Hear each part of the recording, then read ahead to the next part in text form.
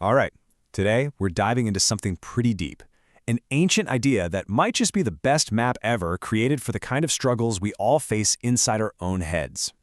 Have you ever felt completely trapped in your own head? You know that feeling, right? When the worries they just don't stop. You're caught in this endless loop of stress or frustration, and there's just no way out. It really does feel like a prison, one that you've built yourself.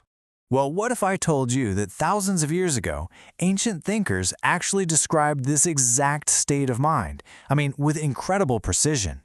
They didn't just give it a name, they mapped out exactly how it works. So that's what we're going to dig into, this ancient concept of hell. But, and this is the key part, it's not some place you go after you die.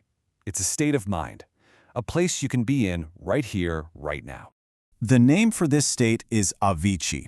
In Sanskrit, it means uninterrupted or without interval. Now, forget everything you think about hell. This isn't about fire and brimstone. It's about a psychological state where there is no break, no pause, no room for pleasure, no room for hope. Just a continuous, non-stop experience of suffering. So, why that word, uninterrupted? Well, the ancient texts break it down into 5 specific, relentless reasons, 5 qualities that define the state of being. And trust me, this is where it gets really, really fascinating. Okay, so here they are. Uninterrupted time, uninterrupted space, uninterrupted punishment, uninterrupted consequence, and finally, uninterrupted life. Each one of these is like a different wall of this internal prison. And what's wild is how perfectly these ancient ideas seem to mirror our modern anxieties. Let's take a look. All right, this is really the heart of it all. We're going to connect the dots and see how each of these 5 ancient ideas is basically a powerful metaphor for the mental traps we all fall into today. First up, uninterrupted time. So the ancient idea is suffering that just never stops, not for a single second. Now think about today. Does that sound familiar? Our minds never truly log off, do they? We've got the constant buzz from our phones, work emails at all hours, financial stress. It's like this low-grade hum of anxiety that follows us absolutely everywhere. That's a pretty good modern definition of time with no relief, isn't it? Okay, next up, uninterrupted space. This one is incredible. The text described this hell as being so huge that it can be completely filled up by just one person. Think about that. What a perfect metaphor for the prison of the ego, right? When we get so wrapped up in our own problems, our own story, our own self-obsession, there's literally no room left for anyone else. No space for empathy or connection or even just a different point of view. Then there's uninterrupted punishment.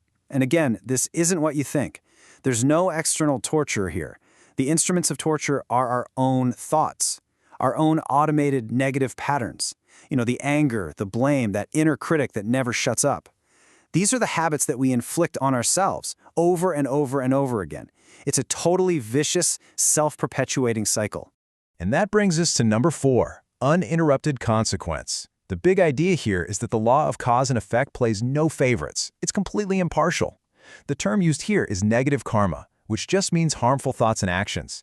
And as you can see, it doesn't matter who you are, rich, poor, human, even a god apparently.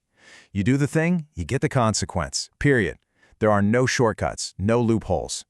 And last, we have uninterrupted life. The texts get pretty graphic here, describing a state where you die and are reborn 10,000 times in a single day. The point is, the suffering can't end because you're forced to keep living through it. What a powerful way to describe unresolved trauma, right? That pain that just keeps replaying in your mind. That wound that just won't heal.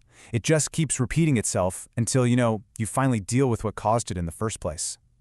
So even though this specific map comes from one tradition, this core idea, this system of inescapable cause and effect, is pretty much universal.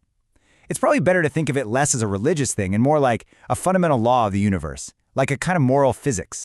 And you really do see this idea pop up everywhere. In Tibetan Buddhism, it's all about the results of acting without compassion. In Theravāda Buddhism, they stick to that literal definition, a state with no interval of peace. And I love this. Even some modern Western academics have started calling it a moral physics or a spiritual algorithm. Basically, a system that just works. Impartially, like gravity.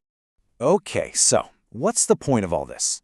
The most important thing to get is that this map of hell isn't designed to scare you. Not at all. It's actually meant to empower you. Because think about it, if you can understand the nuts and bolts of how you build your own prison, well, then you can also figure out how to take it apart, piece by piece. And really, that's the fundamental takeaway here. The moment you truly recognize that everyone, no exceptions, is subject to the same law of consequence, that's the first step. It's the first step toward taking total responsibility for your own stuff, your actions, your habits. It's about realizing that the responsibility and ultimately the power is all yours. There's this amazing moment in the original text. After the Buddha's mother hears this entire heavy explanation, she doesn't freak out, she doesn't ask a million frantic questions, she just bows. And then she leaves in this deep, thoughtful silence. And her reaction tells us everything, you know? The right way to respond to these heavy truths isn't panic, it's quiet, deep reflection. So this ancient map shows us the blueprint for our own internal suffering, but it doesn't just leave us there. That final, thought-filled silence is an invitation. It's asking us to look inward and to ask ourselves, what cycles am I trapped in? And more importantly, what's the very first step I can take right now, today, to create just a little bit of an interval, a little bit of peace?